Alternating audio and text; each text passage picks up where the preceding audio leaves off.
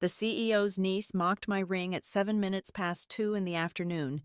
By 19 minutes past 3, a billionaire walked into the conference room, saw the scratched silver on my finger, and the entire company changed owners.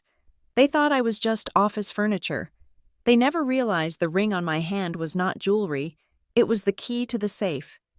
My name is Luna Reed, and for the last 5 years, I have been the person who ensures the lights stay on while the people in the corner offices try their hardest to smash the bulbs.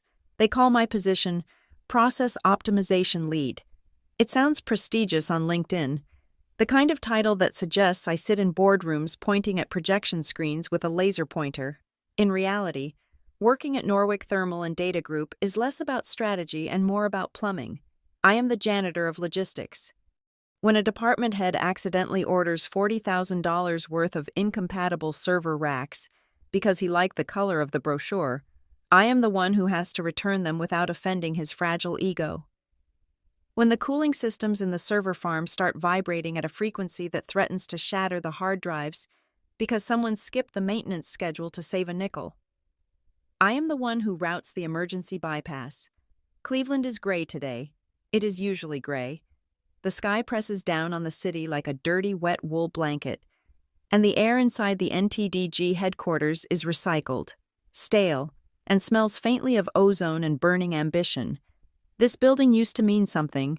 My father, Caleb Reed, used to say that thermodynamics was the poetry of the physical world.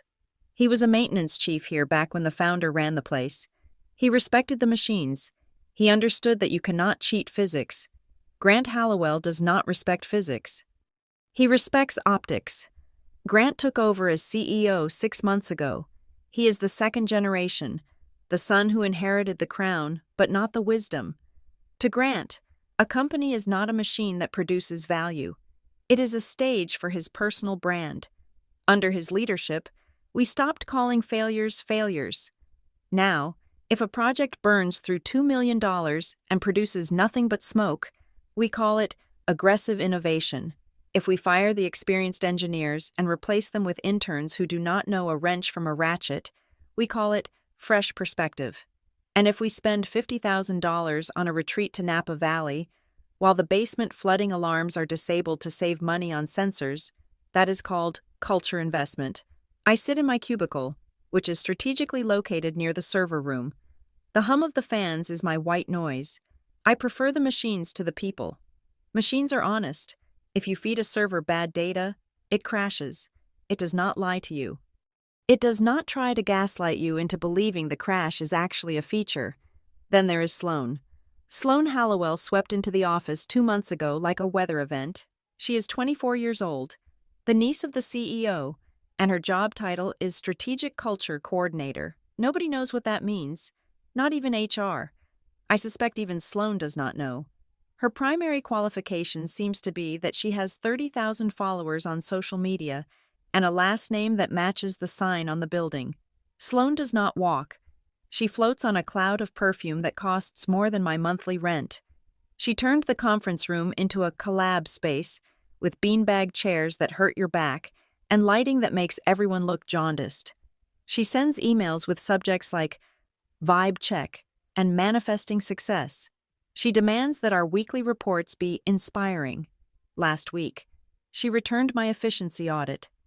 It was a 12-page document detailing how a change in our cooling fluid vendor was corroding the pipes 3 times faster than the industry standard. It was dry, factual, and urgent. She put a sticky note on it that said, "Luna, this feels very negative. Can we reframe this as an opportunity for infrastructure renewal? Also, please use the new brand font. Arial makes me sad." She wants me to put a bow on a pipe that is about to burst. I looked at the numbers on my screen. The new vendor for the cooling fluid is a company called Greenflow Solutions. It sounds eco-friendly. It is actually owned by a college roommate of Grant Hallowell. We are paying 40% more for fluid that is chemically inferior. I tracked the invoices. I saw the patterns. I went to Marlene Pike in Human Resources about it. Marlene has a smile that looks like it was practiced in a mirror for hours. She is not there to protect the employees. She is there to protect the company from the employees.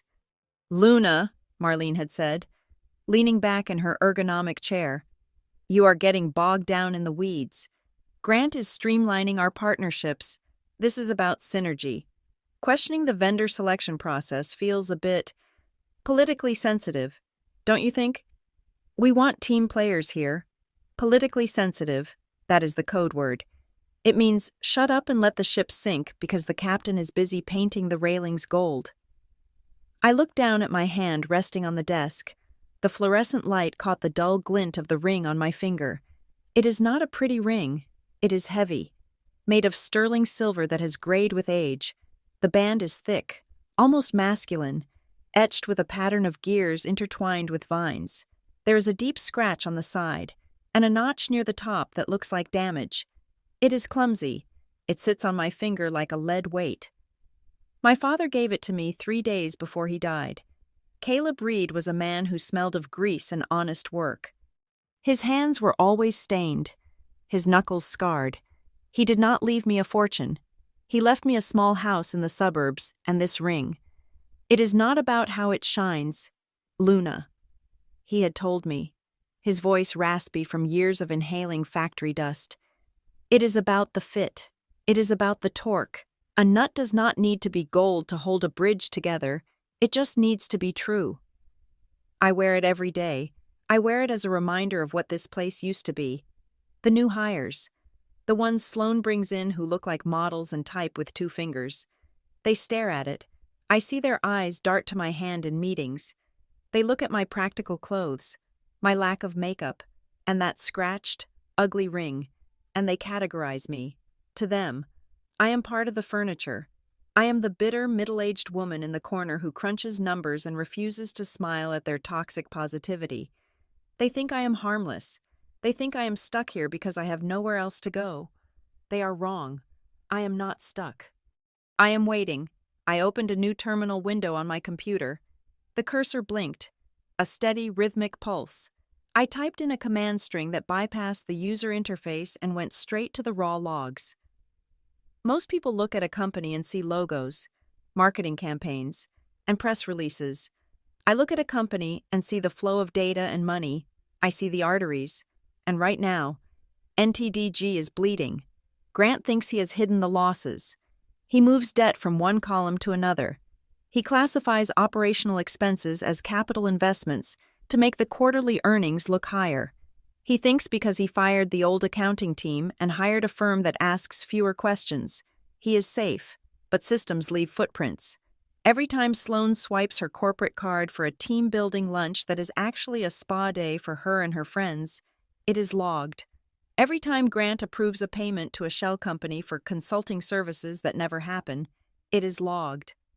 They treat me like a mechanic. Luna, fix this spreadsheet. Luna, make the budget look better. Luna, why is the server slow? They hand me the keys to the engine room and then laugh at me for having oil on my hands. Sloan walked past my cubicle just then. She was talking loudly on her phone, her voice carrying over the partition. I know, right? She was saying. It is just so dreary in here. We need to totally rethink the aesthetic. I am thinking open concept. Knock down these walls. The energy is so stagnant. She paused, likely looking at the back of my head. I did not turn around. Anyway, she continued, I have to go into this meeting with the potential investor. Uncle Grant is stressing out, but I told him it is all about the story we tell. Investors buy dreams, not spreadsheets. I typed another line of code. The screen scrolled with numbers, green text on a black background. Investors might buy dreams, but billionaires buy control. And rumors were swirling that Ronan Vale was circling the building. Ronan Vale does not buy dreams. He buys distressed assets. He is a shark who smells blood in the water from 10 miles away. Sloan thinks her job is to decorate the ship. Grant thinks his job is to sell tickets to the cruise. I closed the terminal window and locked my screen. I rubbed the notch on my ring with my thumb. It was a nervous habit, a grounding technique. The metal was cool and hard. They see a woman with a cheap ring and a boring job. They see someone they can bully, someone they can silence with threats of political sensitivity. They think I am just here to optimize their processes. to clean up their spills so they can keep playing pretend. They assume that because I fix their errors, I want to save them. They are making a calculation error, a fatal one. I stood up, picked up my notepad, and prepared to head to the break room for coffee before the all-hands meeting. I smoothed down my skirt. I looked at my reflection in the dark monitor. I looked tired. I looked invisible. Perfect. They think I only know how to fix errors. They do not know I know exactly which error will bring down the whole dynasty. The break room at 2 in the afternoon was usually a sanctuary of humming refrigerators and the scent of burnt Arabica. It was the one place in the building where the low hum of the servers did not reach, replaced instead by the aggressive whir of the espresso machine that Grant had installed to boost morale. It cost $12,000 and required a specific type of bean that we had to import from Italy. But the water filter had not been changed in 6 months. I was standing there, watching the dark liquid drip into my ceramic mug. When the atmosphere shifted, it was a physical change, like a drop in barometric pressure before a storm. Sloane Hallowell walked in. She was never alone. Sloane moved with a retinue, a small orbit of junior associates and marketing coordinators who laughed before she even finished her sentences. They were the kind of employees who spent more time curating their Slack statuses than doing actual work. Today, she was flanked by Tyler from sales and Jessica from brand identity. I kept my back to them, focusing on the steam rising from my cup. In the ecosystem of Noric Thermal and Data Group, I was a bottom feeder. I was the moss on the rock. If I stayed still enough, the sharks usually swam past. And I told him, Sloane's voice cut through the air, sharp and bright. If the aesthetic isn't giving luxury, then we are not launching, period. Tyler laughed. You are so right. Sloane, the vibe is everything. I stirred my coffee. I did not need sugar, but the motion gave me something to do. I sensed them stop behind me. The silence stretched, heavy and awkward. They were waiting for me to acknowledge them, to move, to offer the deference that royalty expects from the peasantry. I turned around.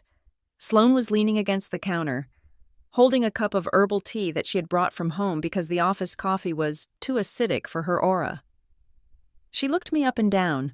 Her eyes were not unkind. They were simply dismissive. It was the way a person looks at a scuffed chair in a waiting room. Then, the overhead fluorescent light flickered. It caught the silver on my left hand. Sloane's eyes narrowed. She reached out, her manicured fingers hovering over my hand but not quite touching it. Oh, wow, she said. Her tone was pitched high, feigning delight. Luna, is that jewelry? I pulled my hand back slightly, resting it on the rim of my mug. It is a ring, Sloane. I can see that, she said, leaning in closer. She smelled of vanilla and expensive confidence. It is just so rustic. Is that pewter or aluminum? Tyler snickered. Maybe it is upcycled. Very sustainable. No, wait, Sloane said, her eyes gleaming with the thrill of a predator who has found a limping gazelle. I get it. It is ironic, like anti-fashion. Where did you get it? Was it a prize in a cereal box? Or did the company subsidize it when they cut the dental plan? The room went quiet. Jessica covered her mouth to hide a giggle. Tyler looked at his shoes, smiling. They were waiting for me to blush. They were waiting for me to stammer, to hide my hand behind my back, to apologize for offending their visual palate with my tarnished heirloom. They wanted shame. It was the currency they traded in. I looked at Sloane. I looked at the diamond studs in her ears, which likely cost more than my car. I looked at the way she stood, weight on one hip, confident that the world would always tilt in her direction. It belonged to my father, I said. My voice was flat. No emotion, no defense. Sloane rolled her eyes, a gesture so practiced it looked like a dance move. Of course, sentimental value. That is sweet. Really, it is just, maybe don't wear it to the client meeting later. We want to project success, not struggle. She turned to her entourage. Come on, guys. The air in here is depressing. They swept out of the room, leaving a wake of laughter and vanilla scent. I stood there for a full minute. I took a sip of my coffee. It was bitter. I did not feel humiliated. Humiliation implies that I value their opinion. What I felt was a cold, clarifying focus. It was the feeling of a camera lens snapping into focus. I walked back to my desk, the encounter replaying in my mind. But it was not Sloane's voice I heard. It was Caleb Reed's. The memory hit me as I sat down in my gray cubicle. I was 12 years old, standing in our garage on a Saturday morning. The air was thick with the smell of oil and sawdust. My father was working on the transmission of an old Ford truck. His hands were black with grease, but his touch on the metal was gentle. He held up a torque wrench. "Luna," he had said, looking at me over his wire-rimmed glasses. "People think mechanics is about muscle. They think you just hammer something until it fits. They are wrong." He placed the wrench on a bolt. "It is about the torque. It is about applying exactly the right amount of force at exactly the right angle. If you push too hard, you strip the threads. If you do not push hard enough, the wheel falls off."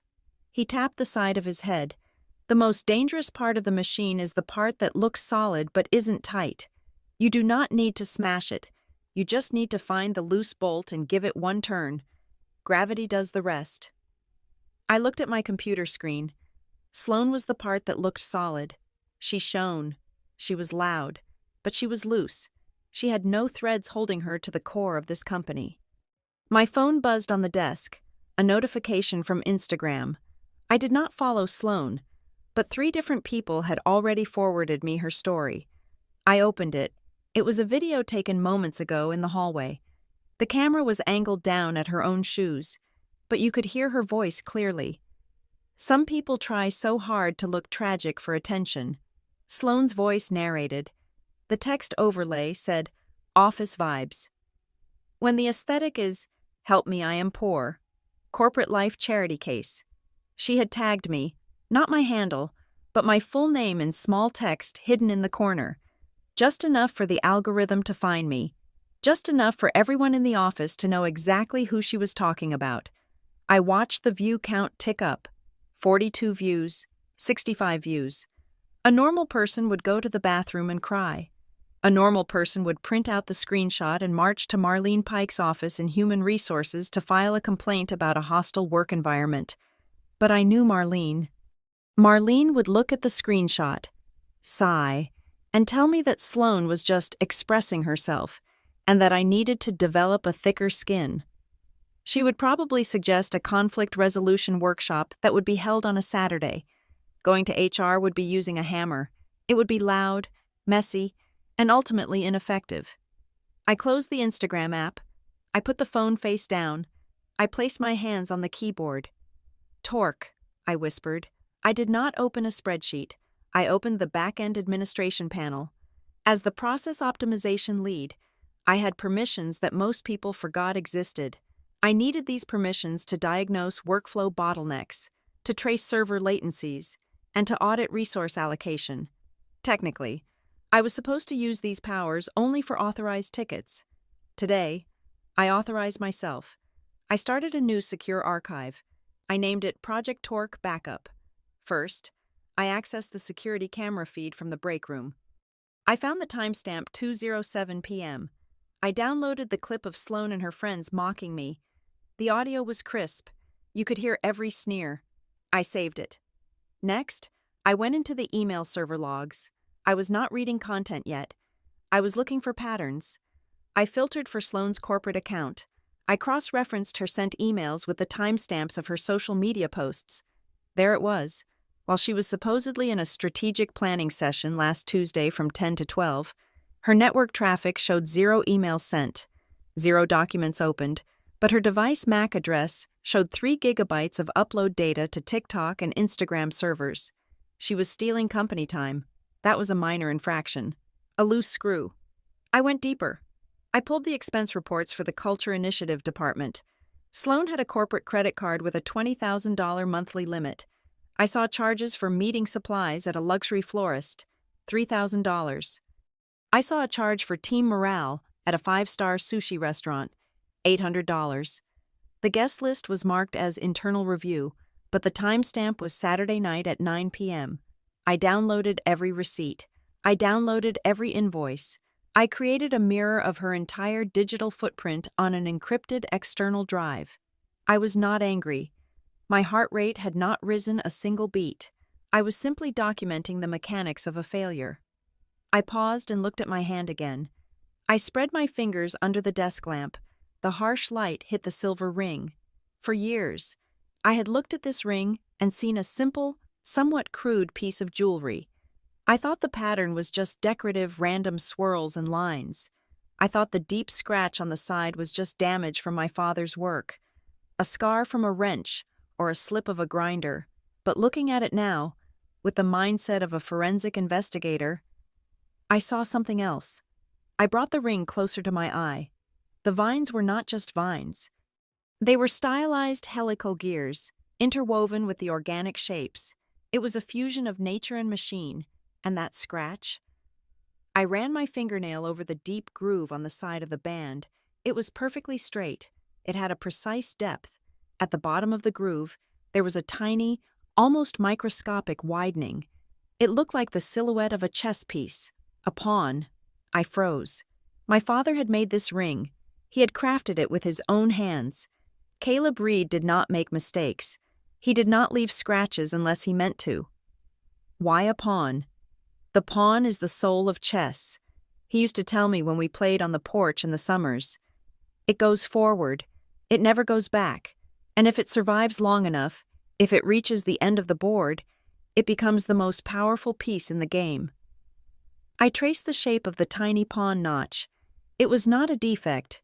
It was a message. Sloane thought this ring was a symbol of my poverty. She thought it was a piece of junk metal that proved I belonged in the basement. She did not know she was looking at a seal.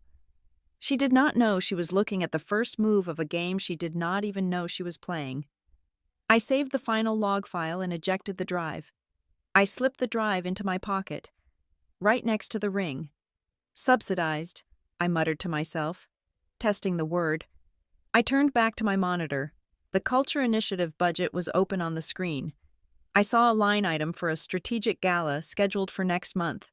Estimated cost $150,000. I smiled. It was a cold, tight smile. Let them have their gala. Let them have their laughs. I was about to check the structural integrity of their entire world, bolt by bolt, and I knew exactly which one was loose. The rumor that Ronan Vale was buying 20% of Noric Thermal and Data Group did not circulate through the office like a breeze. It moved like a virus. It infected every department with a feverish, sweaty panic. Ronan Vale was not a venture capitalist who threw money at dreams. He was an activist investor. In the financial world, that is a polite term for a butcher. He did not buy companies to nurture them. He bought them to strip the fat, sever the dead limbs, and sell the lean meat for a profit. To the board, he was a potential savior who could inject liquidity. To the employees, he was the angel of death in a bespoke Italian suit. By 19 minutes past 3 on Wednesday, the main conference room had been transformed into a theater set. Grant Hallowell had ordered a refresh of the space. The old but reliable oak table was still there, but it was now covered with branded notebooks, pens that did not write well, and a tower of gourmet cupcakes featuring the company logo in blue frosting. It looked like a birthday party for a child who happened to enjoy corporate mergers. Meanwhile, 3 floors down in the server room, the primary cooling unit was vibrating so hard it was shaking the floor bolts loose. I had a terminal open on my phone, watching the core temperature climb. We were 2 degrees away from a critical thermal shutdown. I had requested an emergency budget override to fix it 4 hours ago. Grant had denied it because the funds were needed for the hospitality spread. We were literally burning the engine to warm the reception. I walked into the conference room 5 minutes early. I carried my laptop, a thick binder of actual operational data, and the heavy feeling in my gut that we were about to walk into a buzzsaw. Grant was already there, adjusting his tie in the reflection of the glass wall. Sloane was arranging the cupcakes, making sure the logos all faced the same direction. "Luna," Grant said, not turning around. He snapped his fingers at the air. "Change of plans.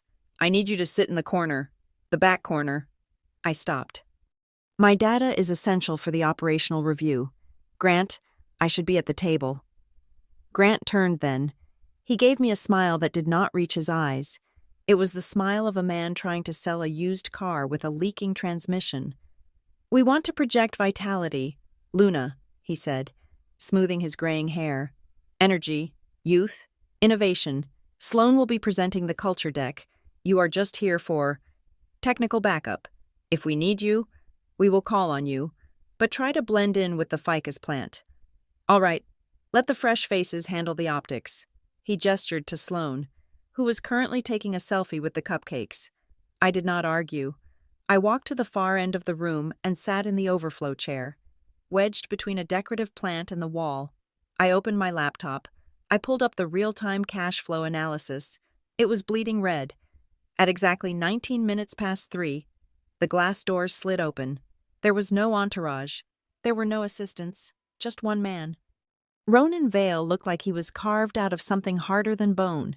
He was tall, wearing a suit that was so perfectly tailored it looked like a second skin. His hair was dark, touched with silver at the temples, and his eyes were the color of a frozen lake. He did not carry a briefcase. He carried nothing. Grant stepped forward, hand extended, wearing his best CEO grin. Ronan, welcome to NTDG. We are so thrilled to... Ronan did not break stride. He did not look at Grant's hand. He walked past the CEO, past the cupcakes, past the smiles, and pulled out the chair at the head of the table. He sat down. The silence that followed was absolute. It sucked the air out of the room. Grant was left shaking hands with the empty space where Ronan had been a second before. He awkwardly dropped his hand and scrambled to his seat. Ronan looked at the table. He picked up one of the branded cupcakes. He examined it for a second, as if it were a biological specimen, and then set it aside with a look of mild disgust. Revenue is down 12% quarter over quarter, Ronan said. His voice was low, smooth, and lacked any inflection. It was not a question. Operating expenses are up 18%. You have a liquidity runway of 3 months before you default on your primary credit line. He looked up, locking eyes with Grant. Tell me why I am here, Grant, and do not use the word potential. Grant swallowed. I could see a bead of sweat tracking down his temple. Well, Ronan, those numbers reflect a transitional period. We are pivoting. We are investing heavily in company culture to drive long-term retention and innovation. We believe the intangibles are about to convert into tangibles. Ronan blinked. Intangibles, he repeated. You are burning cash on intangibles while your competitors are automating their logistics. We have a presentation, Grant said quickly, gesturing to Sloan. Sloan, if you would... Sloan stood up. She looked radiant. She adjusted her blazer and clicked the remote. The screen behind her exploded in a kaleidoscope of pastel colors. The title slide read, The Vibe Shift Emotional ROI in the Modern Workspace. Hi everyone, Sloan said, beaming. I am Sloan, and I lead the cultural architecture here. We believe that a happy worker is a profitable worker, as you can see from this mood board.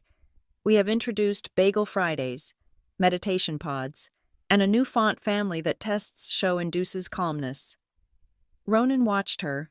He did not blink. He looked like a wolf watching a rabbit perform a magic trick. Slide 4, Ronan said. Sloan paused. I am on slide 1. Go to slide 4, Ronan commanded. Sloan clicked through the deck. Slide 4 was a graph showing employee engagement going up. It was a beautiful curve. It was also completely fabricated, based on a survey that only 10 people had answered. You show a 30% increase in engagement, Ronan said. Yet your voluntary turnover rate is the highest in the sector. Your engineers are leaving for competitors and citing lack of resources in their exit interviews. Explain the delta between your slide and reality. Sloan froze. The clicker shook in her hand. Well, the engagement, it is a feeling. It is a qualitative metric. You cannot just measure it with... I can measure everything, Ronan cut her off. If you cannot measure it, you are not managing it. You are hallucinating it. He leaned forward. How much did this vibe shift cost the company in the last 2 quarters? Sloane looked at Grant. Grant looked at the table. I do not have the exact figures on me, Sloane stammered, but the value is $240,000. I said. The voice did not sound like mine. It was too loud, too steady. Every head in the room turned to the corner. Grant looked at me with eyes that promised murder. Sloane looked confused. Ronan Vale turned his head slowly. He looked past the plant, past the shadows, and pinned me with that freezing gaze. "Who are you?" he asked. I stood up. I did not smooth my skirt. I did not fix my hair. I picked up my laptop and walked to the table. I could feel Grant vibrating with the urge to stop me, but he was too terrified of Ronan to make a scene. "I am Luna Reed," I said. "Process optimization lead. The vibe shift cost $240,000 in direct invoices, mostly to unvetted vendors, but the real cost is the $112,000 in server maintenance we deferred to pay for it. That deferred maintenance is currently causing a latency of 400 milliseconds on our client dashboard, which is why we lost the contract with Apex Logistics last week." I placed my laptop on the mahogany table. I reached out to turn the screen toward him. "Here are the real numbers," I said. "No colors, no vibes, just the bleed." I rested my left hand on the table, right next to the untouched cupcake. The movement was firm. The heavy silver ring on my finger made a solid thud against the wood. The lights overhead caught the deep scratch, the strange gears, and the notch that looked like a pawn. Ronan looked down at the screen. He scanned the columns of data for a split second. Then, he stopped. His eyes did not stay on the numbers. They drifted to the side. They locked onto my hand. The air in the room changed again. It went from tense to something else, something electric. Ronan stared at the ring. He did not look at it with the mockery of Sloane or the indifference of Grant. He looked at it with recognition. He looked at it the way an archaeologist looks at a key that fits a tomb they have been searching for their entire life. He went perfectly still. His breathing seemed to stop. Grant tried to salvage the moment. "Ronan, please excuse Luna. She is very passionate about the hardware. We can discuss these figures later in a more appropriate—" Ronan raised a hand. He did not look at Grant. He did not look at Sloane. He did not look up at my face.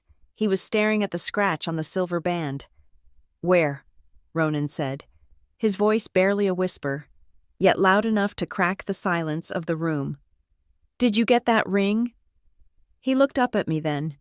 The ice in his eyes was gone. It was replaced by a sharp, intense fire.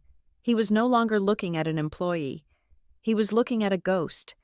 I did not pull my hand away. I kept it there, anchoring the truth to the table. "It is just a ring," I said, testing him. "No," Ronan said. He stood up slowly. He was taller than I realized. "That is not jewelry." He looked around the room, at the confused faces of the executives, at the terrified expression on Sloane's face, and then back to me. "You have no idea what you are wearing," he said. Where did you get that ring?" Ronan Vale repeated the question. His voice was not loud, but it carried a weight that pressed against the chest of everyone in the room. He was not looking at the spreadsheet on my laptop screen anymore. He was not looking at the catastrophic red lines of the revenue drop. He was looking at my hand as if it were the only solid object in a world made of smoke. The silence in the conference room was absolute. You could hear the hum of the air conditioning vents and the distant, rhythmic thumping of the failing cooling unit 3 floors down. Sloane Hallowell let out a short, sharp laugh. It was a nervous sound, brittle like dry leaves. She looked between Ronan and me, her eyes widening with incredulity. She clearly thought this was some sort of bizarre joke, a momentary lapse in judgment by the billionaire. "Oh, come on, Ronan," Sloane said, stepping forward and waving a hand dismissively toward me. "Do not let her distract you with that thing. It is just a piece of scrap metal. I think she said it was from her dad. It is probably made of old pipe fittings. It is honestly kind of embarrassing that she is even wearing it in a—" "Be silent."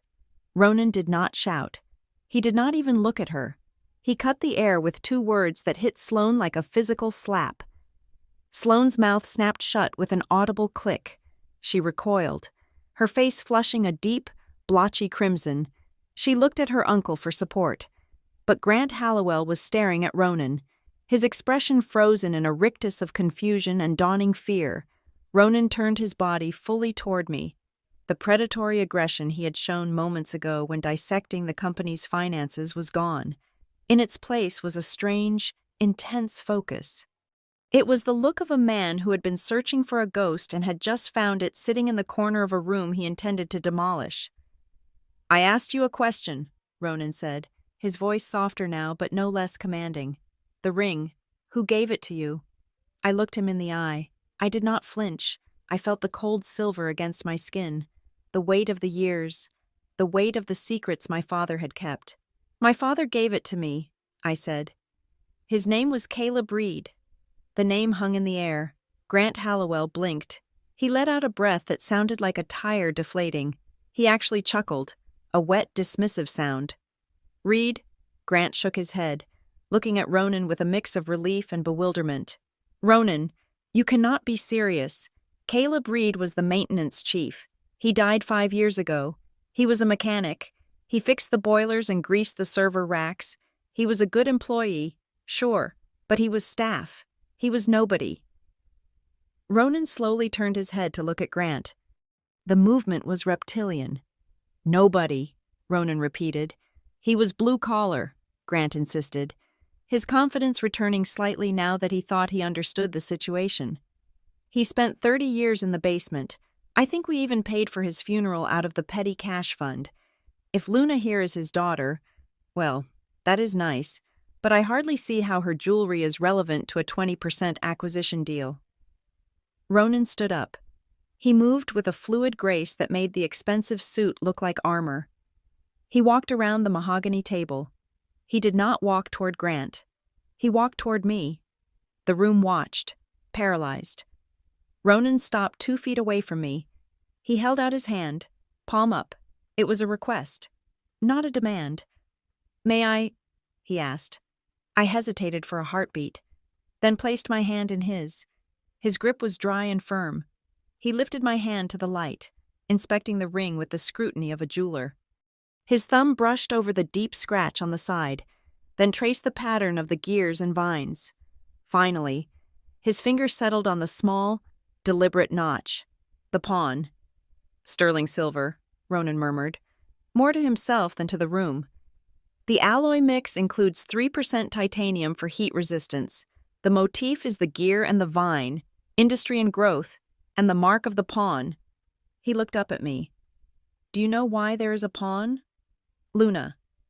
My father said the pawn is the soul of the game," I answered. "He said it is the only piece that cannot move backward." Ronan nodded. A rare, genuine emotion flickered in his eyes. It looked like respect. He released my hand and turned to face the room. He looked at the board members, at the terrifyingly confused Sloane, and finally at Grant. "You called him a mechanic," Ronan said to Grant. "You called him nobody. That is why you are failing. That is why this company is rotting from the inside out." Ronan walked back to the head of the table but did not sit down. He placed his hands on the back of the leather chair. "In 1986, this company was not founded by your father alone. Grant, it was founded by 2 men. One was a salesman who knew how to shake hands and sign leases. That was your father. The other was an engineer who designed the thermal exchange patent. That is the only reason this company exists today. That was Caleb Reed." Grant's face went white. "That is not true. The records show. The public records show your father as the CEO." Ronan interrupted, his voice rising. "But the corporate charter, the original articles of incorporation that have been sitting in a vault in Zurich for 40 years, they tell a different story." Ronan reached into his jacket pocket and pulled out a slim, leather-bound notebook. He opened it to a marked page. "Caleb Reed did not want the spotlight," Ronan continued. "He hated the politics. He hated the suits. He wanted to build, so he made a deal. He took a salary. He took a title that let him stay near the machines, but he kept the control. Ronan looked at me. He created a fail-safe. He called it the founder seal. He wrote it into the bylaws that if the company ever lost its way, if it ever valued style over substance, the holder of the seal could step forward. Grant was shaking his head. This is insane. You are talking about a fairy tale, a ring. It is a piece of jewelry. It is an authentication key, Ronan snapped. The bylaws state that the seal must be identified and verified by the surviving witness of the original pact. That witness is me.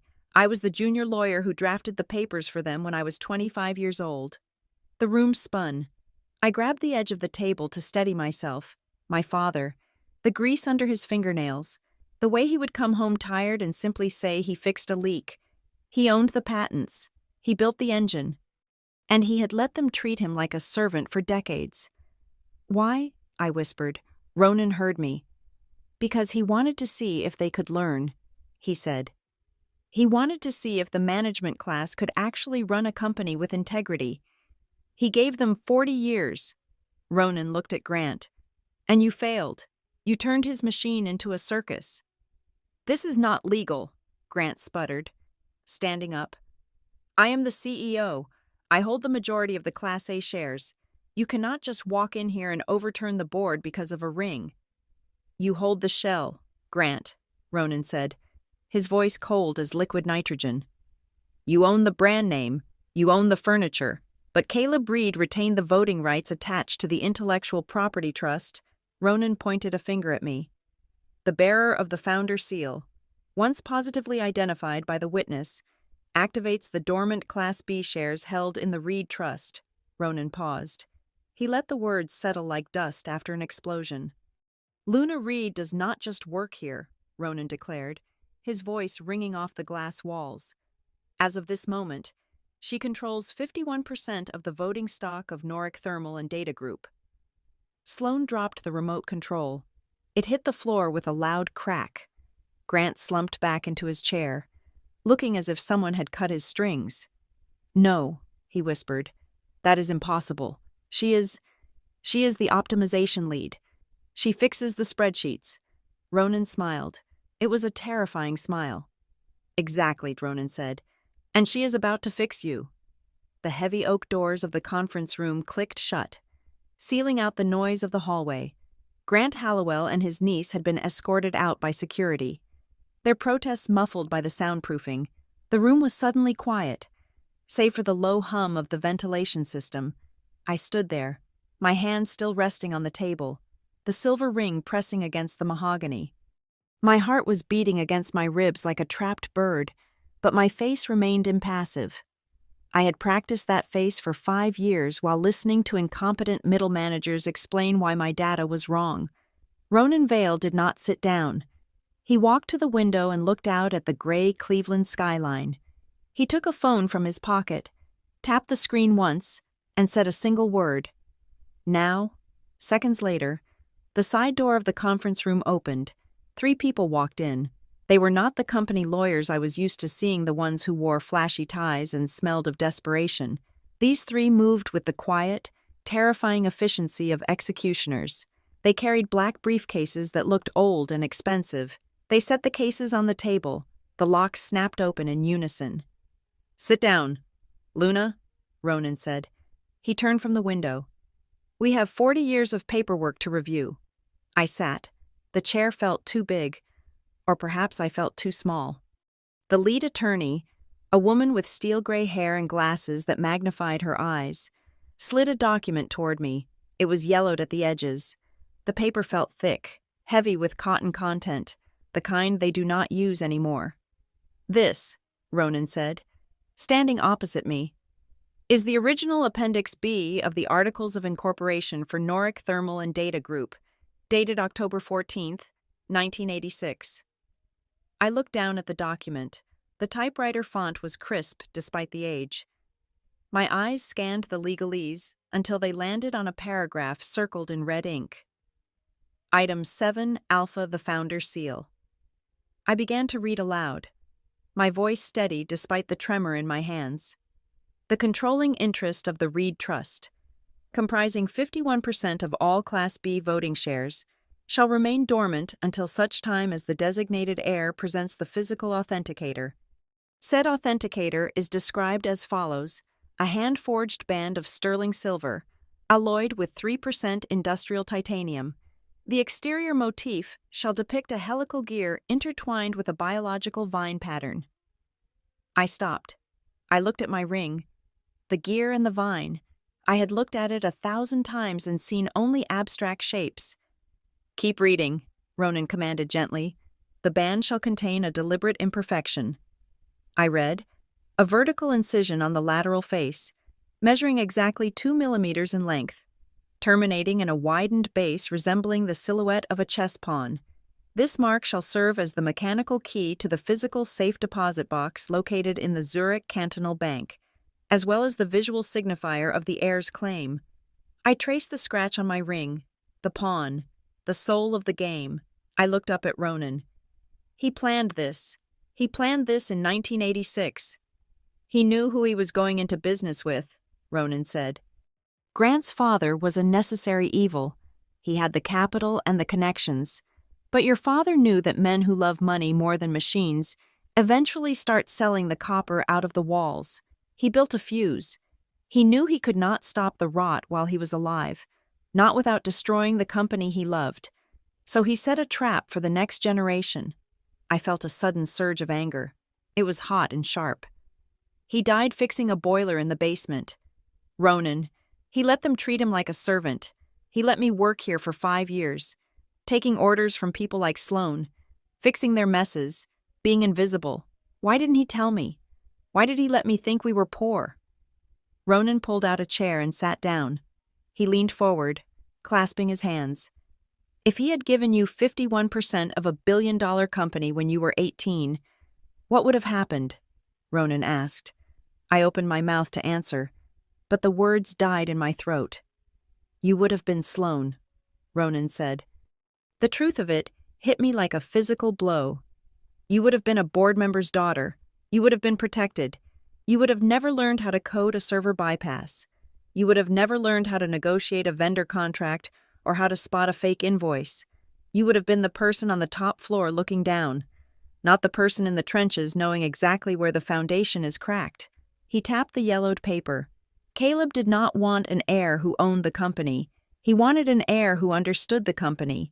He wanted you to feel the pressure. He wanted you to be mocked. He wanted you to see the waste, the incompetence, and the arrogance from the receiving end.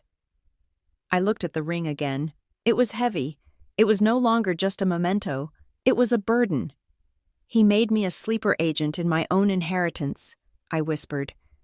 He made you a weapon, Ronan corrected. He knew that one day, the Hallowells would push too far.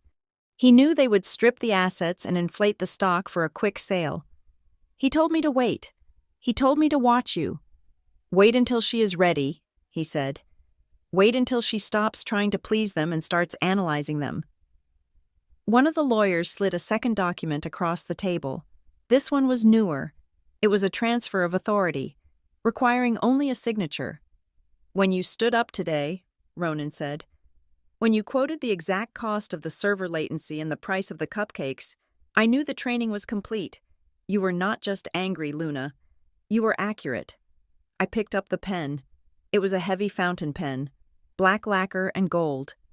The trust has been accumulating dividends for 40 years. The gray-haired lawyer spoke for the first time. Her voice was dry and precise.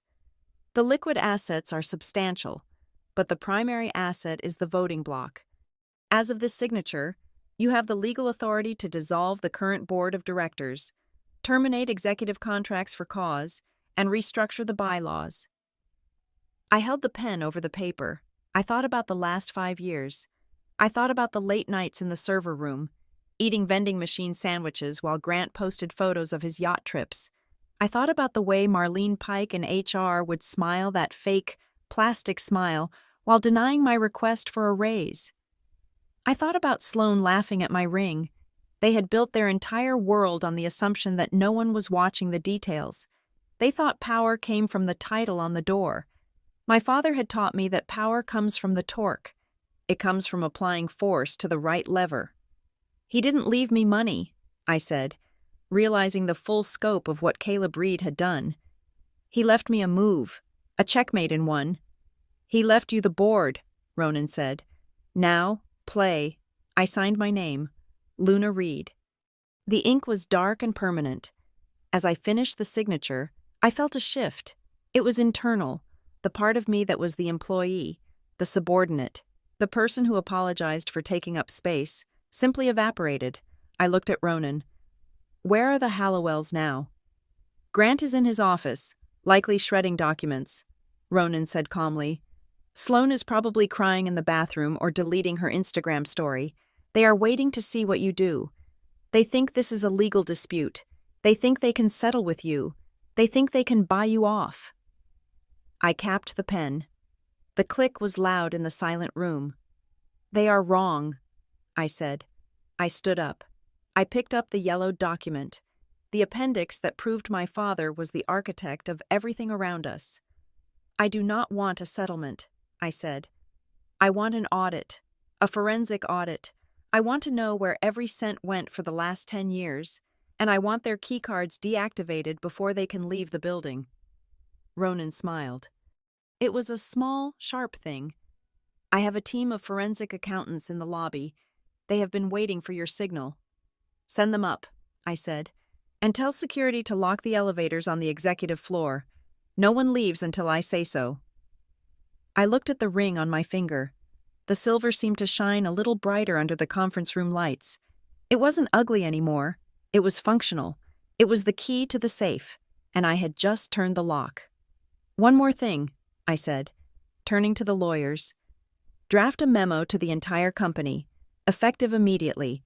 The culture initiative is dissolved, and tell the facilities team to turn the server room cooling back up to 100%.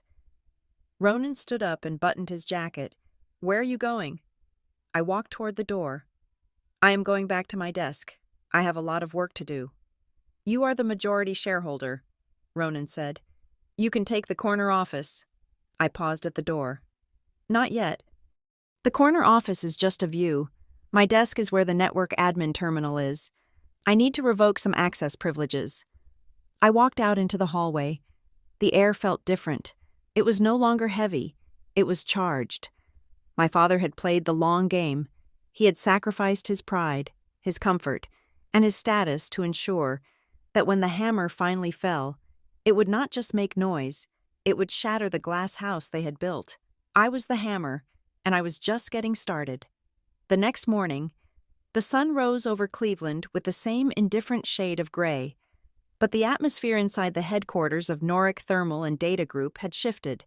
It was a subtle change, like the drop in temperature before a pressure valve releases. I walked into the building at 8 o'clock sharp. The security guard, who usually nodded at me without looking up from his phone, scrambled to stand. He held the turnstile open for me. I walked past him and headed straight for the elevators. I did not press the button for the executive suite on the top floor. I pressed the button for the third floor. I walked to my cubicle. It was the same gray box I had occupied for 5 years.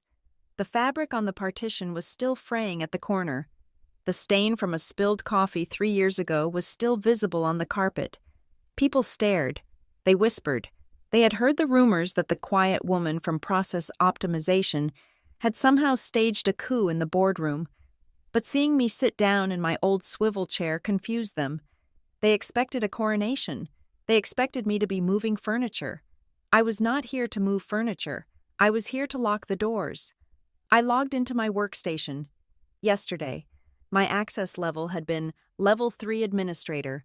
Today, the screen flashed a new clearance code, Root Access, Global Override. I did not feel triumphant. I felt clinical. At 5 minutes past 8, I sent the first memo. It went to every department head, every VP, and of course, Grant Hallowell. The subject line was simple, Procurement Policy Update. The body of the email was brief, effective immediately.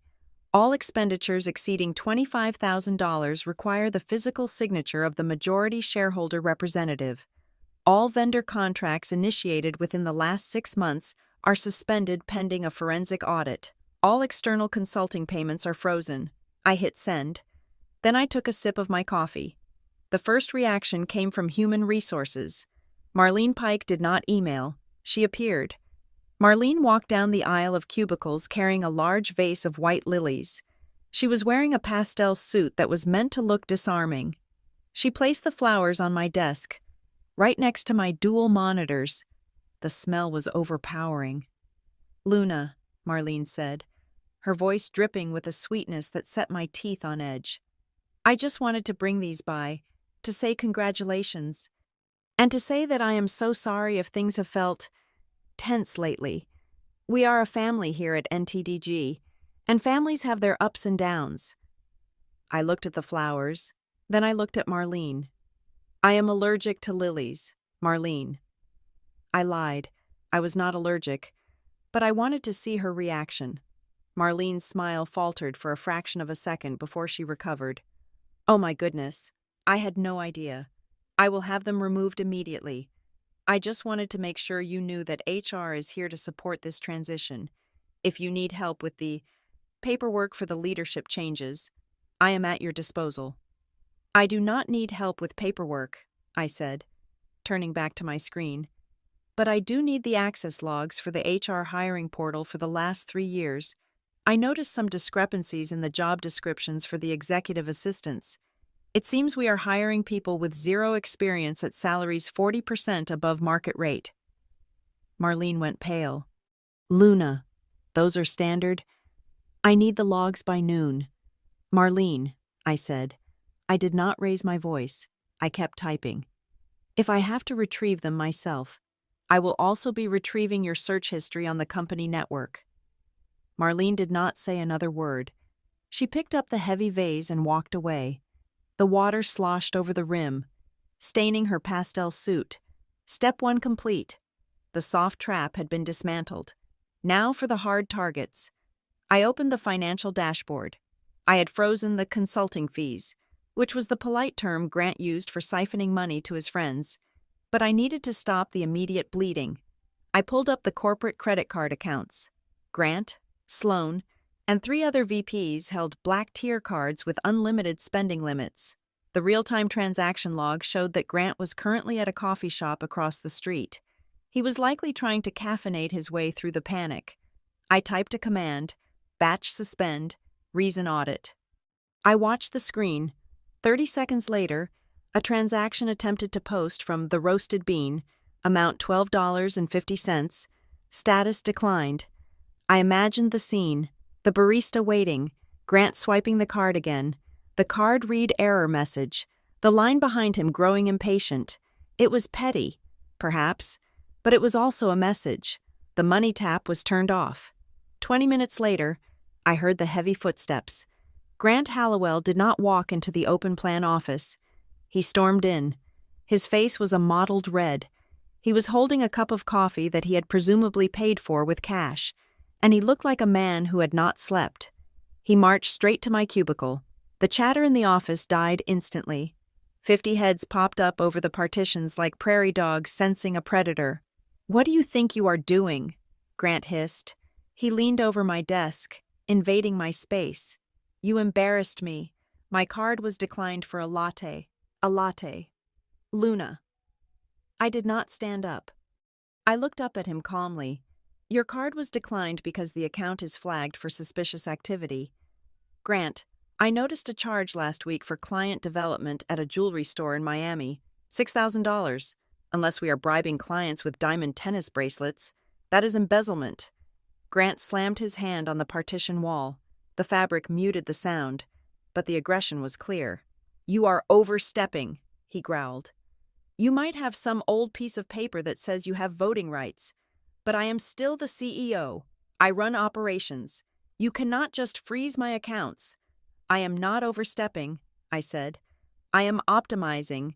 That is my job title, isn't it? I am optimizing the cash flow by removing the leaks." I picked up a file folder from my desk. I had printed it 10 minutes ago. "This is a list of the vendors you replaced in the last 6 months, I said, opening the folder. "Every single one of them is more expensive than the previous provider. And every single one of them has a registered address in the same office park in Delaware. Grant stiffened. I can do this the hard way or the legal way. Grant, I continued. The legal way involves me handing this folder to Ronan Vale's forensic team in the lobby. They will read every invoice aloud to the board of directors next week. They will ask why we are paying $50,000 a month for reputation management to a firm that has no website. Grant's eyes darted to the folder. He knew exactly what was in there. Or, he asked, his voice losing its bluster.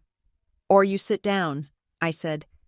You go back to your office, you approve the audit, you sign a waiver allowing me to interview your staff without you present, and you stop spending company money. If you buy a pack of gum, I want a receipt. Grant looked around the office. He saw the engineers watching. He saw the junior analysts watching. He realized that the era of his unquestioned authority had ended not with a shout, but with a declined credit card transaction. You are enjoying this, he spat. I am not enjoying it, I said truthfully. I am just doing the maintenance you neglected. He turned and walked away. He looked smaller than he had when he walked in. I watched him go, then turned my attention to the next item on my list, the Culture Initiative, Sloane's department. I had assumed, like everyone else, that Sloane was just burning money on parties and decor. I thought it was simple incompetence, but looking at the ledger now, with full admin access, I saw something darker. The budget for the Culture Initiative was massive, $300,000 a quarter. The expenses were vague. Event coordination, social media strategy, influencer outreach. I drilled down into the vendor list. Most of the payments went to a company called VibeWorks LLC. I opened the State Business Registry database. It is public record. If you know where to look, I searched for VibeWorks LLC. The registered agent was a lawyer, but the managing member was listed as S. Hallowell. My breath caught in my throat. Sloane was not just wasting money, she was paying herself. She had set up a shell company, approved her own invoices, and was funneling corporate funds directly into her own pocket under the guise of consulting. I pulled up the invoices. They were amateurish, created in Word, standard template, services rendered strategic vibe curation, amount $15,000. I felt a cold anger rising. My father had worked on these machines until his hands bled. He had saved every scrap of copper wire, and Sloane was looting the treasury to pay for her vibe. I picked up the phone. I dialed the extension for the server room, specifically the internal security line. This is Luna, I said when the technician answered. I need you to isolate a workstation. Department culture. User Sloane Hallowell. Do not just lock it. I want you to mirror the hard drive in real time. She's going to try to delete files soon. Capture everything. Copy that. Luna, the technician said. There was no hesitation. No, let me check with Grant. They knew who held the keys now. I hung up. I looked at the ring on my finger. The pawn. The piece that moves forward.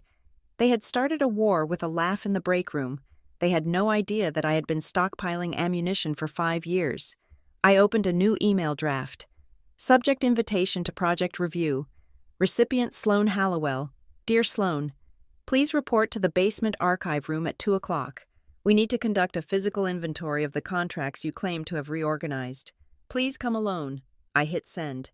I was not going to fire her. Not yet. I was going to let her walk into the trap she had built for herself. I was going to let her show me exactly how incompetent she really was, and I was going to record every second of it. I leaned back in my chair. The hum of the servers was music to my ears. The order was changing. The chaos was being structured, and the best part was, I had not even left my cubicle. The basement of the Norwick Thermal and Data Group building was not designed for human comfort. It was designed for storage. It smelled of damp concrete, old paper, and the metallic tang of copper pipes that sweated in the summer humidity. It was the place where good ideas went to die and where bad contracts were buried in cardboard boxes. At 2 o'clock in the afternoon, I watched Sloane Hallowell descend the metal stairs on my security monitor. She was wearing a white cashmere sweater and heels that cost more than the weekly payroll of the cleaning staff. She looked out of place, like a diamond dropped in a gutter. I had sent her an email at noon, marking it high priority and copying the legal team. I told her that in order to verify the cultural assets she claimed to have managed, she needed to physically cross-reference the vendor contracts stored in the archives. I specified that due to the sensitive nature of the audit, she had to do it alone. No assistants, no interns, just Sloan and the dust. I sat at my desk 3 floors up, sipping lukewarm tea. On my primary monitor, I had the standard security feed. On my secondary monitor, I had a custom dashboard I had built 2 years ago using spare parts and Python script. The building management system was old, but I had upgraded it privately. I had installed pressure sensors on the floor, humidity monitors in the walls, and vibration detectors on the pipes. I knew the heartbeat of this building better than the architects who designed it. Sloan reached the bottom of the stairs. She looked around with visible disgust. She pulled a tissue from her sleeve and used it to touch the handle of the heavy steel door marked Archive B. She walked in. The room was lined with floor-to-ceiling metal shelves, packed with thousands of boxes. I watched her on the camera. She did not start working. She did not pick up a clipboard. She did not open a single box. Instead, she pulled out her phone. She found a corner where the lighting was slightly less harsh, adjusted her hair, and held the phone up. She snapped 3 photos in rapid succession. Then she typed furiously. I checked her social media feed on a separate tab. A new story appeared instantly. A photo of Sloan looking determinedly at a stack of boxes, with the caption, "Grind never stops. Deep diving into the archives to protect our legacy. Boss babe hard work era." I allowed myself a small, dry smile. She was documenting her own negligence. She put the phone away and sighed, a heavy, dramatic exhalation that shook her shoulders. She approached a box labeled Vendors 2018 to 2020. She pulled at the lid. It was taped shut. She tugged at the tape with a manicured fingernail. The tape held. Her nail chipped. She recoiled, holding her hand as if she had been shot. She kicked the box. It did not move. Sloan began to pace. I tracked her movement on my sensor dashboard. Zone 4, Zone 5, Zone 3. She was agitated. Her heart rate was likely elevated. She was realizing that there was no way out of this. If she did not produce the inventory, she would be exposed for fraud. If she did produce the inventory, the fake invoices would be found. She was trapped in a room full of evidence against her. Then, she stopped. She was standing in the far corner of the room, near the main utility riser. I zoomed in on the camera. Sloan was staring at something on the wall. It was a red wheel, a manual valve for the emergency fire suppression system. A look crossed her face. It was not a look of fear anymore. It was a look of calculation. It was the same look Grant had when he decided to cut the maintenance budget. It was the look of someone deciding that destruction was better than accountability. If a pipe burst in the archives, thousands of documents would be ruined. Water damage would turn the ink to blur. The mold would make the papers hazardous to handle. The evidence would be destroyed by an unfortunate facility accident. Sloan looked up at the camera. She did not know I was watching the live feed. She likely thought it was just a recording loop. She moved to the side, positioning herself in the blind spot behind a stack of shelving units. She thought she was hidden. She was wrong. I looked at my dashboard. The pressure sensor on the floor in that corner lit up. Weight detected 120 pounds. I saw her hand reach out from behind the shelf. She grabbed the red wheel. "Do not do it, Sloan," I whispered to the screen. "Do not add vandalism to embezzlement." She did it. She gripped the wheel with both hands and heaved. It was rusted stiff. She grunted, putting her weight into it. The wheel screeched a sound picked up by the vibration sensors on the pipe and turned half a rotation. Sloan stepped back quickly, shielding her face, expecting a torrent of high-pressure water to blast from the overhead sprinklers. She was ready to scream, to run upstairs soaking wet, and claim a pipe had burst while she was diligently working. She waited. 1 second, 2 seconds, 10 seconds. Nothing happened. The pipe did not groan.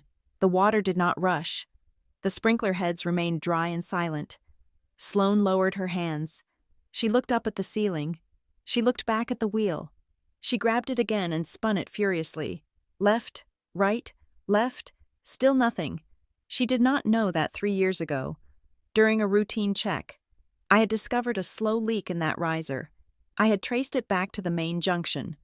I had submitted a request to repair it, but Grant had denied the $3,000 needed for the parts. So, to protect the servers in the adjacent room from potential flooding, I had manually shut off the water supply to the archive suppression system at the street-level valve. I had tagged it out.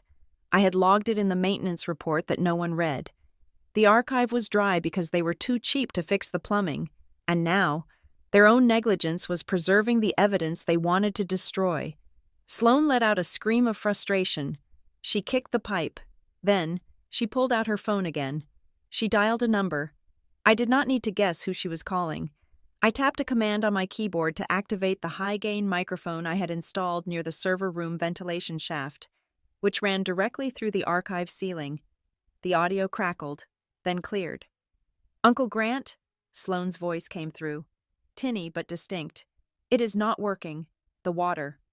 I tried to trigger the sprinklers like we talked about, but the pipes are empty. Nothing is coming out." I hit record. "I know," Sloane shouted, pacing again. "I am trying, but there are boxes everywhere. If she opens the ones from last year, she will see the payments to VibeWorks. She will see the double invoicing."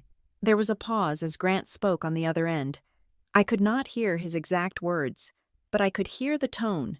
It was sharp, angry, and commanding.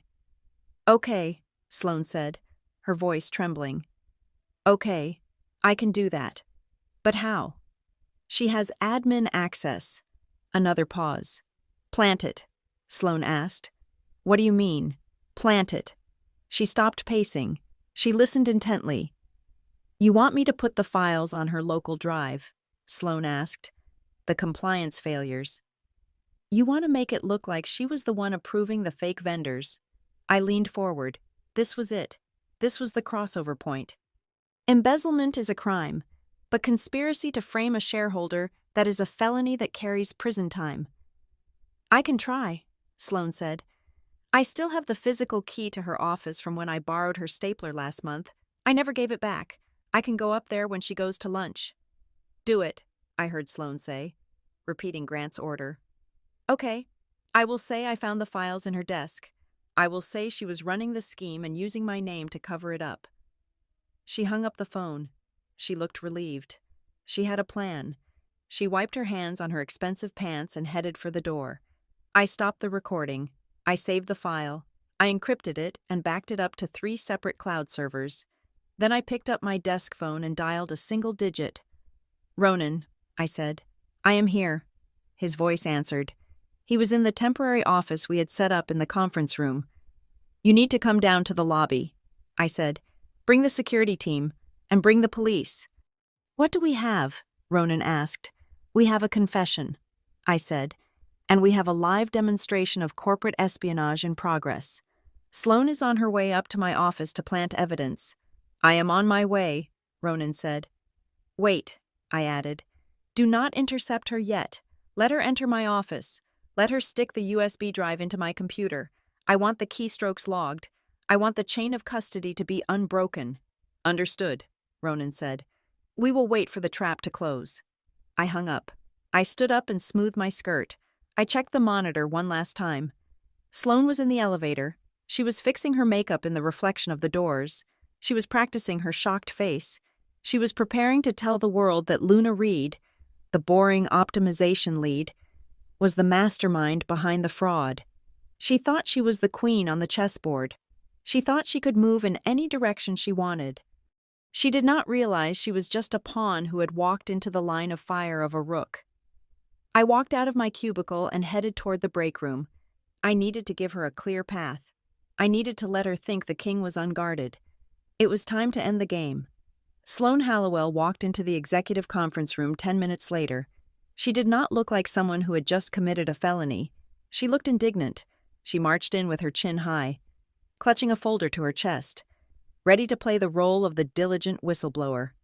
Marlene Pike from Human Resources was already there, sitting at the long table, looking nervous. Ronan Vale stood by the window, his back to the room, silent as a statue. I sat at the head of the table. My laptop was open. "I am glad you called this meeting," Sloane announced before she even reached a chair. She threw the folder onto the table. It slid across the mahogany and stopped near my hand. "Because I found something disturbing in Luna's office. I went in to borrow a stapler, and I found this USB drive taped under her desk. It contains files that—" "Sit down, Sloane," I said. My voice was not loud. It was flat. It was the voice I used when a server was overheating and I had to initiate a shutdown sequence. Sloane paused. She looked at Marlene, expecting support. Marlene stared fixedly at a spot on the carpet. "Excuse me," Sloane scoffed. "I am trying to tell you that I found evidence of—" I hit the space bar on my laptop. The sound of her own voice filled the room, amplified by the conference speakers. It was crisp, clear, and damning. "You want me to put the files on her local drive? The compliance failures. You want to make it look like she was the one approving the fake vendors." Sloane froze. Her mouth opened, but no sound came out. The color drained from her face so fast, it looked like a physical reaction to a toxin. The recording continued. "Okay. I will say, I found the files in her desk. I will say she was running the scheme and using my name to cover it up." I hit the spacebar again. The audio stopped. The silence that followed was heavy, suffocating. It was the silence of a vacuum. Sloane looked at the speakers. Then she looked at me. Panic began to crack her porcelain exterior. "That is fake," she stammered, her voice rising in pitch. "That is AI. You generated that. You can do anything with computers these days. Ronan, surely you do not believe this. She is framing me because she is jealous." She turned to Ronan, her eyes wide and pleading. "Ronan, she has been obsessed with me since I started. This is a deepfake." Ronan turned around slowly. His face was unreadable. "We also have the video of you entering her office," he said. "We have the keystroke logs from her terminal showing a USB drive being inserted at 2:18 in the afternoon. And we have the metadata from the file creation dates on that drive, which match the time you were in the basement." Sloane stepped back. She looked trapped. She grasped for the only weapon she had left: entitlement. "You recorded me," she shrieked. "That was a private phone call. That is illegal wiretapping. You cannot use that. I will sue this company into the ground. I will sue you for invasion of privacy." She pointed a shaking finger at me. "You are finished. My lawyers will destroy you for this." I did not blink. I reached into my pocket and pulled out my ID badge. I tossed it onto the table. It landed with a plastic clatter. "Pick it up, Sloane," I said. She stared at it. "Pick it up and read the fine print on the back," I commanded. "The text you signed and agreed to on your first day. The text that is printed on every badge issued by Noric Thermal and Data Group." Sloane did not move. "Read it," I said. Sloane picked up the badge with trembling fingers. She squinted at the small black text on the reverse side. "Consent to monitor," she read, her voice barely a whisper.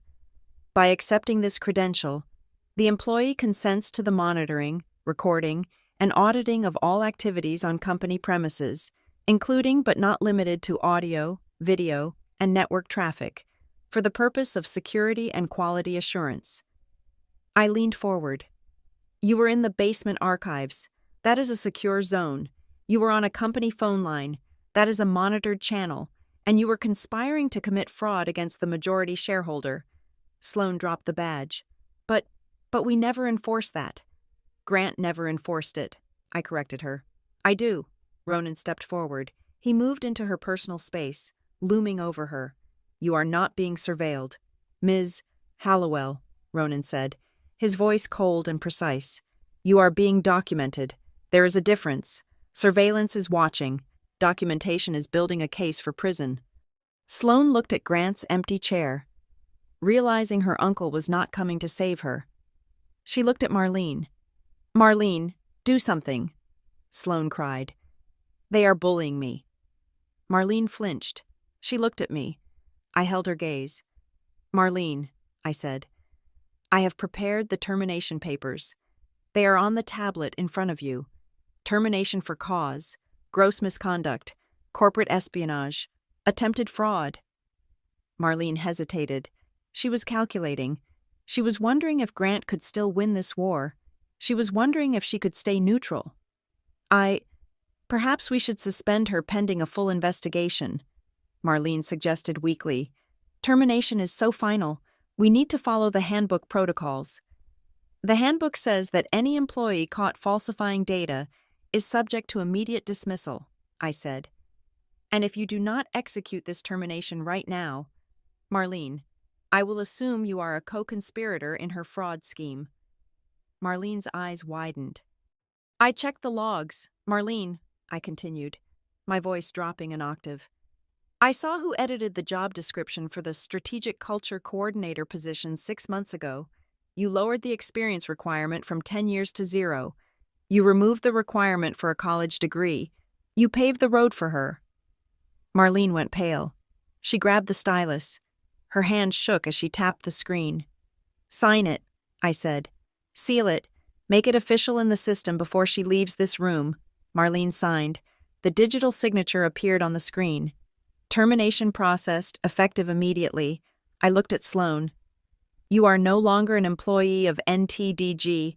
Hand over your badge. Sloan stared at me. Tears of rage were welling up in her eyes. You cannot do this. My name is on the building. Your name is on a shell company that is about to be investigated by the IRS. I said, badge, now. She ripped the badge off her lanyard and threw it on the table. Phone, I said. Company property, she clutched her phone. My personal photos are on here. You used it to commission fraud, I said. It is evidence. Hand it over, or I call the police officers waiting in the lobby to come up and take it from you. Sloan let out a sob of pure frustration. She slammed the phone down onto the mahogany. Laptop, I said. It is in my office, she spat. Security is clearing out your office as we speak, I said. They will box up your personal effects, a Hello Kitty stapler and a tube of lip gloss. I imagine everything else stays. Sloan looked at me with pure hatred. You think you have won? Uncle Grant will fix this. He will sue you. He will take this whole company down before he lets you run it. He can try, I said. Now, get out. Sloan spun on her heel and stormed out of the room. The door did not slam. The hydraulic closer caught it, making her exit feel anticlimactic and weak. The room was quiet again. Marlene put down the stylus. She let out a shaky breath and attempted a smile. Well, that was difficult, but necessary. I am glad we could handle this professionally. Luna, I will make sure the paperwork is filed correctly. She stood up to leave, smoothing her skirt, thinking she had survived the purge. Sit down, Marlene, I said. Marlene froze. I have to go file these. You cannot file anything, I said. I just revoked your system access. Marlene looked at her tablet. She tapped the screen. A red box appeared, access denied. User suspended. Luna, Marlene asked, her voice trembling. What is this? You signed the termination for Sloan. I said, that was your last official act as the Director of Human Resources. Now, we are going to discuss your role in facilitating the theft of company funds. I was just following orders, Marlene protested, dropping back into her chair. Grant told me to change the job description. He is the CEO. And you are the gatekeeper, I said. You are supposed to protect the company, not the CEO's family. You allowed an unqualified person to control a budget of $1 million a year. You approved the expenses. I closed my laptop. I am not firing you today, Marlene, I said. That would be too easy. And if I fire you, you get severance. Marlene looked at me with dread. Then, what? You are on administrative leave without pay. Pending the results of the forensic audit, I said. If the audit shows you knowingly approved fraudulent invoices, we will not just fire you, we will press charges for aiding and abetting. I stood up. Go home. Marlene, do not take your laptop. Do not take your badge. Security will escort you out. Marlene looked at Ronan, begging for mercy. Ronan did not even look at her. He was looking at me. Marlene stood up, her legs unsteady. She walked out of the room like a person walking to the gallows. I looked at the table. Sloane's badge, Sloane's phone, the termination papers. 2 down, Ronan said. The pawn and the bishop, I said. Now we just have the king. Grant has filed an emergency injunction, Ronan said, checking his own phone. He is claiming you obtained your majority status through theft and coercion. He has called an emergency board meeting for tomorrow morning. Good, I said. Let him call the meeting. He is just gathering the audience for his own execution. I picked up Sloane's badge and dropped it into the trash can by the door. It made a hollow thud. I am going to go clean out the server logs, I said. I want the data pristine for tomorrow. You are enjoying this, Ronan noted again. I am efficient, I replied, and waste is unacceptable. The emergency board meeting began at exactly 8 o'clock in the morning on Thursday. The boardroom on the 42nd floor was a different world from the basement archives or my gray cubicle. The air here was filtered to a crisp 68 degrees, and the view of Lake Erie was expansive, intended to make the people sitting in the leather chairs feel like gods looking down on the mortals below. I did not feel like a god. I felt like a system administrator staring at a terminal that was flashing critical error warnings. Grant Hallowell sat at the head of the table. He had recovered his composure overnight. He was shaved, pressed, and flanked by 3 lawyers from a firm that charged $1,000 an hour. He looked at me not with fear, but with the smug assurance of a man who knows how to manipulate the rules of the game. Ronan Vale sat to my right. He was relaxed, reading a file, ignoring the tension that vibrated through the room. Let us call this meeting to order, the chairman of the board said. His name was Arthur Vance. He was a golfing buddy of Grant's father. He looked at me with open disdain. We are here to address the irregularities regarding the leadership claims made by Ms. Reed. Grant's lead lawyer stood up. He did not waste time. Mr. Chairman, the lawyer began, his voice smooth and practiced.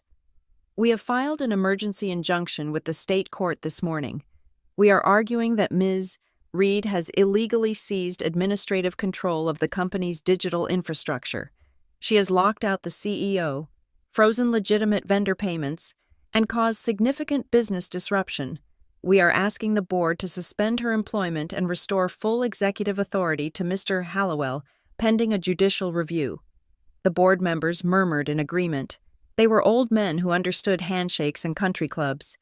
They did not understand how a woman from the IT department could suddenly hold the keys to the castle. This is a coup, Grant added, leaning forward. She is a disgruntled employee. She used her technical skills to hijack the system. The ring story, a fabrication. A fairy tale to confuse the shareholders. Arthur Vance nodded. It does seem highly irregular. A piece of jewelry superseding a board vote. I have never heard of such a thing. Ronan Vale closed his file. The sound was soft, but it stopped the murmuring instantly. It is not a fairy tale, Arthur, Ronan said. It is contract law. Ronan slid a notarized affidavit across the table. I have submitted my testimony as the surviving witness to the 1986 Founders Agreement, Ronan said. The Founder Seal is a valid legal instrument defined in the company charter. I have personally verified the physical object in Miss Reed's possession against the design specifications held in the Zurich vault. The chain of custody is unbroken. We dispute the interpretation, Grant's lawyer countered. The charter is archaic. Modern corporate governance standards do not supersede the original articles of incorporation unless voted on by a supermajority of Class B shareholders. Ronan cut him off. And since Luna Reed currently controls the Reed Trust, which holds 51% of those shares, your interpretation is irrelevant. The lawyer stiffened. The court may disagree. Until a judge rules, we move to freeze Ms. Reed's authority. It was a stalling tactic. They wanted to tie this up in litigation for months. They wanted to keep the money flowing while they fought me in filings and motions. They expected me to be overwhelmed by the legal jargon. I stood up. I connected my laptop to the main projector. "You can argue about the charter with the judge," I said, "but the board has a fiduciary duty to the shareholders today, and I am not here to talk about history. I am here to talk about theft." The screen behind me lit up. I did not use a PowerPoint deck with inspirational quotes. I used raw data. "This is a transaction log for the last 12 months, I said. "Grant Hallowell and his niece, Sloan, have funneled $3 million out of this company into shell entities controlled by themselves or their associates." Gasps rippled around the table. "Allegations," Grant shouted, slamming his hand on the table. "This is slander." "It is arithmetic," I replied. I highlighted a row on the spreadsheet. "Greenflow Solutions, our new coolant vendor. We pay them 40% above market rate. The owner of Greenflow is listed as your college roommate. Grant, the registered address is a P.O. box in Delaware. That is also the registered address for a consulting firm that pays your personal mortgage." I clicked a key. The screen changed to show the bank routing numbers. "I have traced the packets," I said. "The money leaves NTDG, goes to Greenflow, passes through a holding company in the Caymans, and lands in an account named Hallowell Family Trust." Grant's face turned a violent shade of purple. "You hacked my personal bank accounts." "No," I said. "I audited the vendor you brought into our system. Once the money enters the vendor network, I have the right to verify compliance. You were sloppy. Grant, you use the same email address for the bank notifications that you use for your corporate login." Arthur Vance cleared his throat. "These are serious accusations, Ms. Reed, but they are still just data points. We need context. Perhaps there is a legitimate business explanation." "Is there a legitimate explanation for this?" I asked. I played the audio file. The voice of Sloan Hallowell filled the boardroom, clear and terrified. "You want me to put the files on her local drive. The compliance failures. You want to make it look like she was the one approving the fake vendors." Then Grant's voice, muffled but identifiable. "Do it. Make sure it sticks." The silence in the room was absolute. Grant looked like he had been punched in the stomach. The lawyers looked at each other, calculating how quickly they could distance themselves from a sinking ship. "That is conspiracy to commit fraud," I said. "And it is conspiracy to frame a shareholder. That is a federal crime." Arthur Vance looked uncomfortable. He shifted in his seat. "Well, this is certainly disturbing, but we must not rush to judgment. Grant has led this company for—" "Mr. Vance," I interrupted him. He stopped, surprised that I dared to cut him off. "I noticed you are very eager to delay this vote," I said. "I was curious why, so I checked the log for the corporate jet." Vance froze. "The jet is for business use only," I said. "Yet, the logs show 6 flights to Aspen in the last year. On dates that coincide with your wife's birthday and your anniversary, the passenger manifest lists your family, not business partners. The fuel cost alone was $80,000. I looked at Vance. "Do you want me to project those logs on the screen, Arthur? Or are you ready to vote?" Vance went pale. He sank back into his chair. I see no need for that. The evidence is compelling." Grant realized the room had turned. The herd was scattering. He was alone. He stood up, buttoning his jacket with trembling hands. "Fine," Grant said. His voice was shaking with rage. "You want me out, I will go. But you know the terms of my contract. If I am terminated before my term ends, I am entitled to the golden parachute clause, $40 million in severance, plus stock options." He looked at me with a sneer. "Write the check, Luna, and I will walk away. $40 million. It was enough to cripple the company's liquidity for 2 years. He wanted to burn the house down on his way out. "I have read your contract, Grant," I said. "I read it last night." I pulled up a document on the screen. It was his employment agreement. "Clause 17, Section C," I read. Severance is payable only in the event of termination without cause. However, in the event of termination for cause defined as gross negligence, fraud, or criminal misconduct, all severance is forfeited, and all unvested stock options are canceled. I looked at him. You are not getting $40 million. Grant, you are getting nothing. Actually, that is not true. You are getting a lawsuit for the recovery of the $3 million you stole. Grant looked at his lawyers. Do something. The lead lawyer closed his briefcase. Mr. Hallowell, if that audio recording is authentic, you have admitted to a felony. We cannot argue without cause in front of a judge. You would lose. Grant looked at me. His eyes were wild. He was a cornered animal. He had lost his title. He had lost his money. He had lost his reputation. But he had one card left. He smiled. It was a nasty, desperate smile. If the recording is authentic, Grant repeated. He pointed a finger at me. That is your problem, Luna. You are the IT girl. You know the laws about privacy. He turned to the board. She recorded that call using the building's security system, Grant said. But Sloan was in the basement archives. That is an area where employees have a reasonable expectation of privacy when not engaged in dangerous work. And more importantly, she intercepted a private cell phone call. He leaned over the table. That is illegal wiretapping, Grant hissed. Fruit of the poisonous tree, in a court of law. That evidence is inadmissible, and if you obtained it illegally, you committed a crime to catch me, which means you are the one who is unfit to lead. He looked at the board members, seeing a flicker of doubt return to their faces. She broke the law to get me, Grant declared triumphantly. Her hands are just as dirty as mine. The room went silent again. All eyes turned to me. Grant thought he had checkmated me. He thought he had found the technicality that would save his neck. I looked at Ronan. He gave me a barely perceptible nod. I looked back at Grant. You really should have read the update I sent out yesterday morning, I said softly. You really should have read the update I sent out yesterday morning, I said. The room was so quiet you could hear the hum of the hard drives in the laptops. Grant Hallowell stood frozen. His finger still pointed at me, his accusation of illegal wiretapping hanging in the air like a desperate prayer. What update? Grant snapped. You flooded the system with memos. I did not read every single administrative notice. That is unfortunate, I replied calmly, because at 8:30 in the morning yesterday, I pushed a critical security update to the employee handbook. It was titled, Safety Protocols for High-Risk Infrastructure Zones.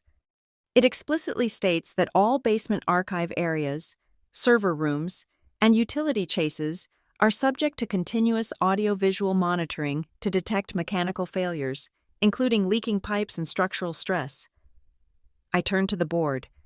Sloan was in the archive room. She was shouting. The microphone that picked up her voice is not a spy device. It is a decibel sensor designed to detect bursting pipes. It was installed 3 years ago. The fact that it recorded a conspiracy to commit fraud is simply a byproduct of her choosing to commit a crime in a high-security zone. I tapped a key on my laptop. A long string of alphanumeric characters appeared on the screen. Furthermore, I continued, this is a cryptographic hash. The moment that audio file was created, it was automatically hashed and stored on a write-once blockchain ledger. It proves the file has not been altered, edited, or deep-faked. It is admissible in court as a digitally signed business record. Your fruit of the poisonous tree argument does not apply when the tree is a standard safety sensor that you simply failed to maintain. Grant looked at his lawyer. The lawyer closed his eyes and shook his head. There was no defense. The trap was legal, logical, and completely inescapable. Grant sank back into his chair. This is a setup. You planned this. Ronan Vale leaned forward then. He placed a small, velvet-lined box on the table. He opened it. Inside lay a block of hardened wax, preserved under glass. It bore the impression of a ring. We did not plan your greed, Grant, Ronan said. We only prepared for it. Ronan lifted the glass. This is the original impression taken in 1986. The day Caleb Reed and your father signed the charter, it matches the ring on Luna's hand down to the micron. The founder's seal is not just a symbol, it is the physical token of the trust. Ronan looked at Arthur Vance. The Class B shares are active. Luna Reed holds the majority vote. You can debate the bylaws all you want, but while you are debating, she can fire every single one of you. Arthur Vance looked at the data on the screen, the stolen millions, the fake vendors, the audio confession, and then he looked at the wax seal. He realized the era of the Hallowells was over. He was a survivor, and he knew which way the wind was blowing. I move to call a vote, Vance said, his voice trembling slightly. A motion to terminate Grant Hallowell as CEO, effective immediately, for cause. Seconded, said another board member. All in favor? Vance asked. Every hand in the room went up. Even the friends Grant had played golf with for 20 years raised their hands. They were not loyal to him. They were loyal to their own survival. Motion carries, Vance said. Grant, you are relieved of your duties. You will forfeit your severance package under the bad actor clause. We will initiate legal proceedings to recover the misappropriated funds. Grant sat there, stunned. He looked like a man who had walked off a cliff and was surprised that gravity still worked. You cannot do this to me, Grant whispered. I am the face of this company. You were the mask, I said, and the mask just slipped. I reached into my bag. There was one last thing I needed to do, one last piece of the machine to put in place. I pulled out a yellowed envelope. It was sealed with grease and had the smell of old engine oil. Security found this in the physical maintenance logs for the main boiler, I said.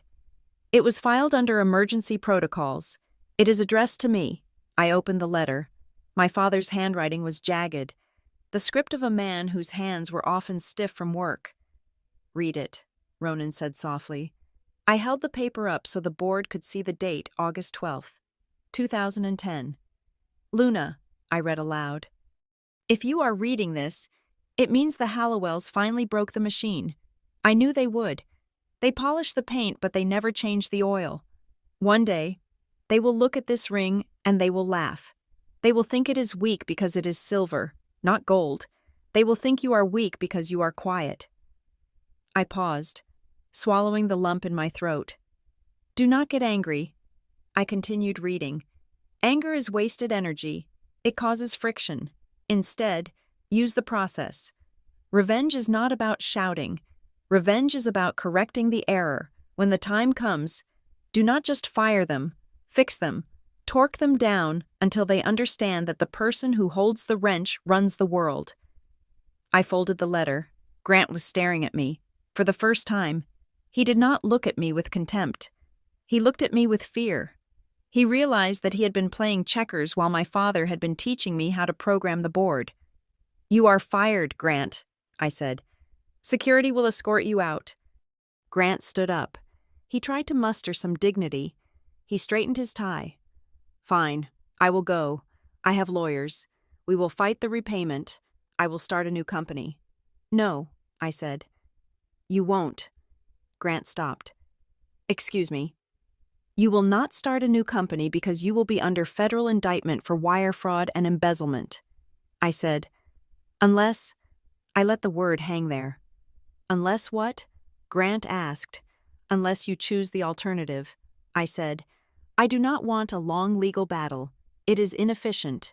It wastes company resources. So I'm offering you a plea deal, right here, right now. I slid a single sheet of paper across the polished table.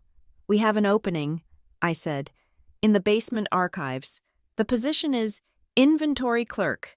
The job involves physically auditing every single contract in the warehouse, box by box, paper by paper. It pays minimum wage.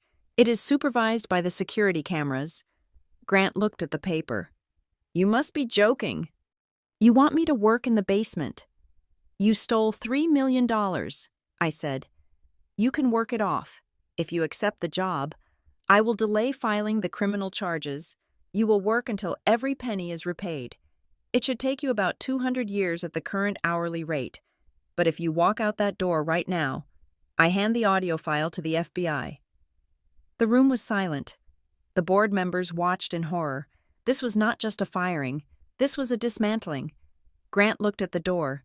Then he looked at the paper. He looked at his hands, soft and manicured, hands that had never held a wrench in their life. He realized he had no choice. He was broke, he was exposed, and he was cornered.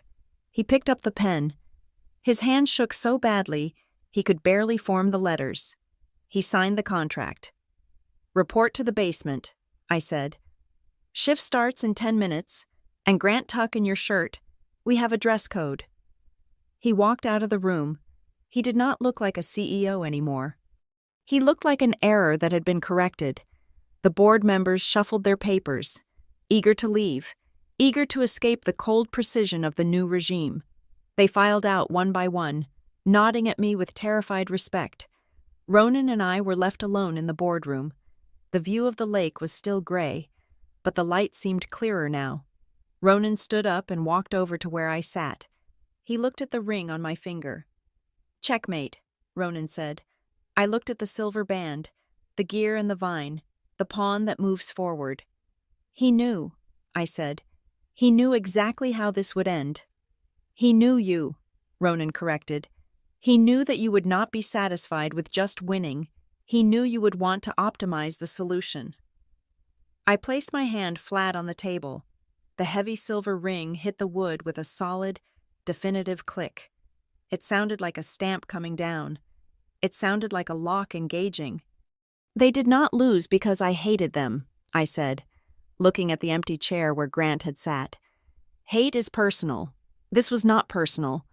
They lost because they operated like a system error. They consumed resources. They produced no value. And they corrupted the core functions." I stood up and picked up my laptop.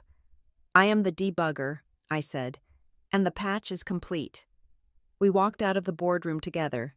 I did not move into the corner office that day.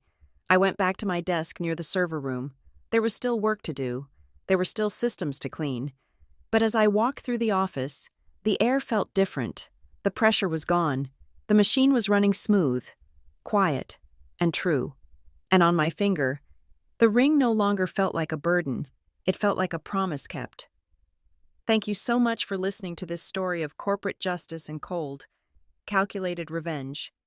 It is always satisfying to see the underdog win, not by luck, but by being smarter and more prepared than the people at the top. I would love to know where you are listening from today. Are you at your desk at work, driving in your car, or relaxing at home? Please leave a comment below and share your location and your thoughts on Luna's strategy. If you enjoyed this story, please make sure to subscribe to the channel Boss Revenge Stories. Hit that like button to support us. And press the hype button so this video can be recommended to more people who need a little inspiration to stand up for themselves. Thank you for your support, and I will see you in the next story.